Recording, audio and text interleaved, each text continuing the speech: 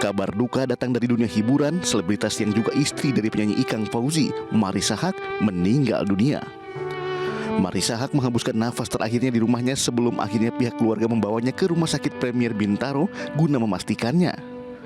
Soraya Haque, adik Marissa, mengatakan jika sang kakak meninggal secara tiba-tiba di rumahnya. Suaminya itu tidak pakai gejala apa-apa.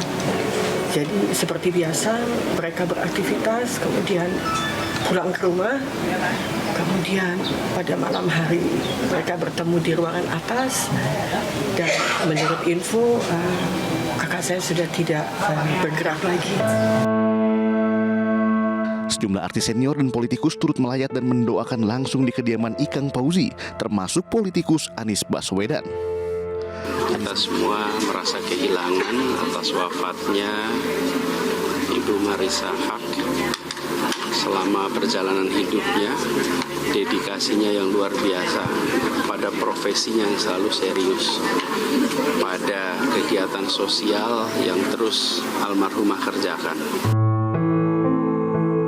Sementara itu, aktor senior sekaligus calon wakil gubernur Jakarta Rano Karno juga melayat ke rumah duka Marissa Haque.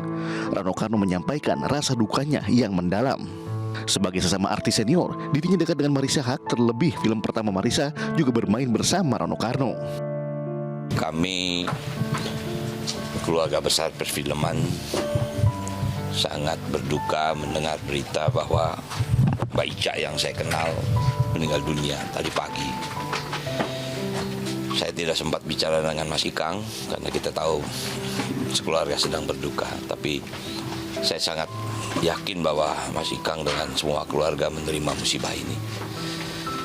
Mbak Ica ini saya kenal sejak masih muda dan belum berkeluarga, dan kebetulan film pertama Mbak Marissa Haque itu bersama saya. Judul filmnya Kembang Semusim. Sutradaranya Pak Tabak waktu itu. Kami syuting di Sambas, jauh. Lama, hampir mungkin lebih dari 1 bulan kita syuting di Sambas. Jadi ya disitulah perkenalan saya yang pertama. Marissa Haque meninggal di usia 62 tahun dan meninggalkan 2 orang anak.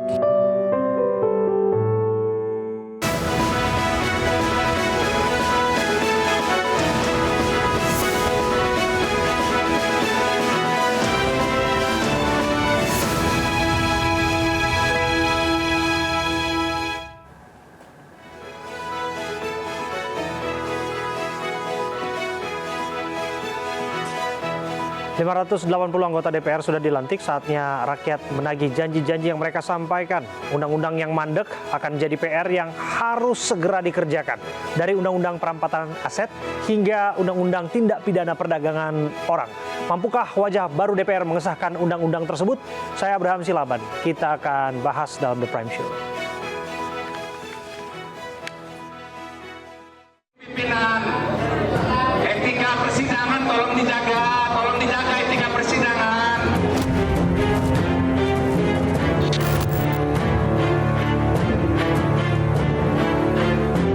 Dimana saya melihat pendidikan di Indonesia ini kesini-sini masih perlu orang-orang yang kompeten di bidangnya.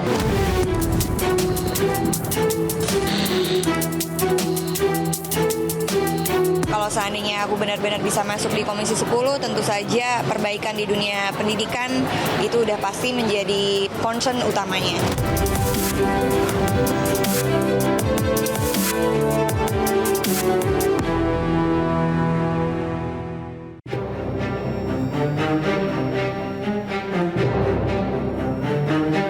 .580 anggota DPR RI dilantik kemarin Selasa 1 Oktober 2024.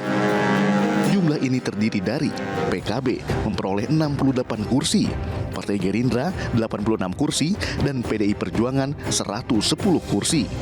Partai Golkar 102 kursi, Partai Nasdem 69 kursi, dan PKS 53 kursi. Adapun PAN 48 kursi dan Partai Demokrat 44 kursi. Sementara itu, 24 anggota dewan diantaranya merupakan selebritis, baik yang berkecimpung di dunia tarik suara seperti Ahmad Dhani, Once Mekel, Melly Goeslaw, hingga Nafa Urbach. Ada juga artis seni peran, diantaranya Arzetti Bilbina, Tommy Kurniawan, hingga Verrell Bramasta. Dunia komedian ada Denny Cagur, Komeng, dan Uya Kuya. Hingga tak ketinggalan pebalap Moreno Suprapto juga turut meramaikan kursi parlemen di periode 2024-2029 ini. Akankah para artis di parlemen ini bisa menjadi harapan baru dan mewakili suara rakyat Indonesia yang memilihnya? Kita lihat saja.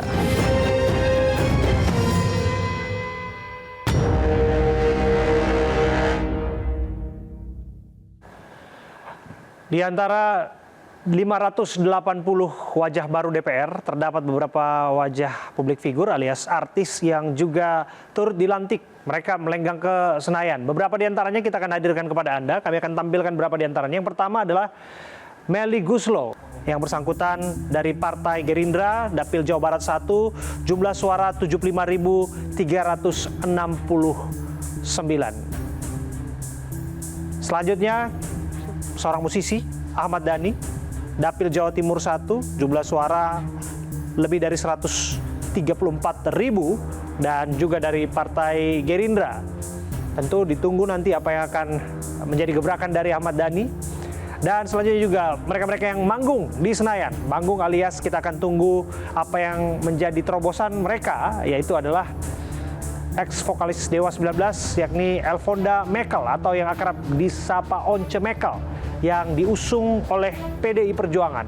Ia cukup luar biasa karena ia mampu menembus Senayan lewat Dapil Jakarta 2 yaitu Jakarta Pusat, Jakarta Selatan dengan raihan suara 60.000 lebih, mengalahkan beberapa teman-teman separtainya yaitu Eriko Sutarduga termasuk Masinton Pasaribu yang juga petahana dan satu-satunya yang lolos di Dapil Jakarta 2 dari PDI Perjuangan. Selanjutnya kita juga melihat yang juga merupakan kejutan di Senayan adalah Pasha Ungu.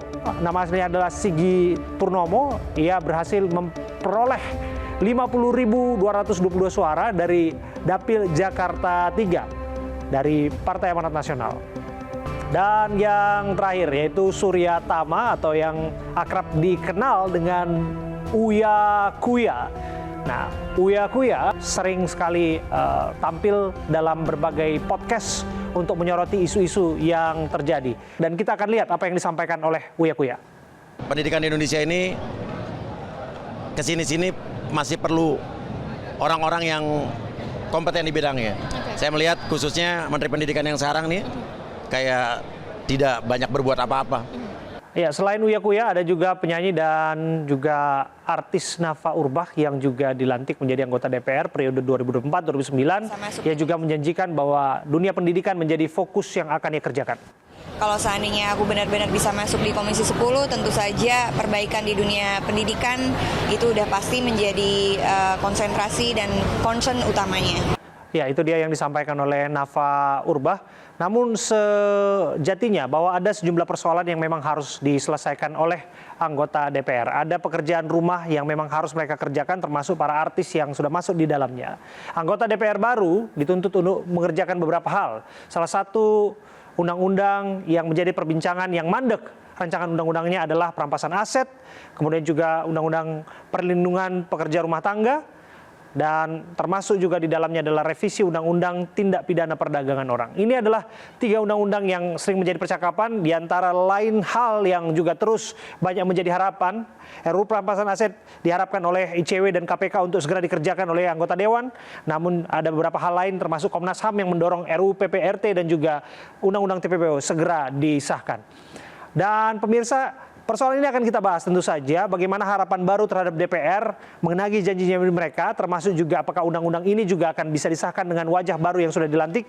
Kita akan berbincang bersama dengan pengamat politik Kang Ujang Komarudin yang sudah hadir bersama dengan kita. Kang Ujang, ya, selamat datang. Terima kasih sudah hadir bersama dengan kami.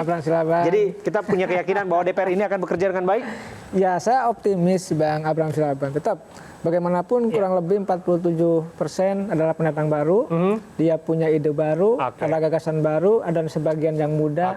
Tentu kita punya harapan. Wajahnya baru, serba baru semua. Tapi yang menjadi harapan kita, jangan masalah-masalah klasik itu terjadi di wajah-wajah baru ini. Kita akan bahas saat lagi. Kami akan kembali untuk Anda saat lagi.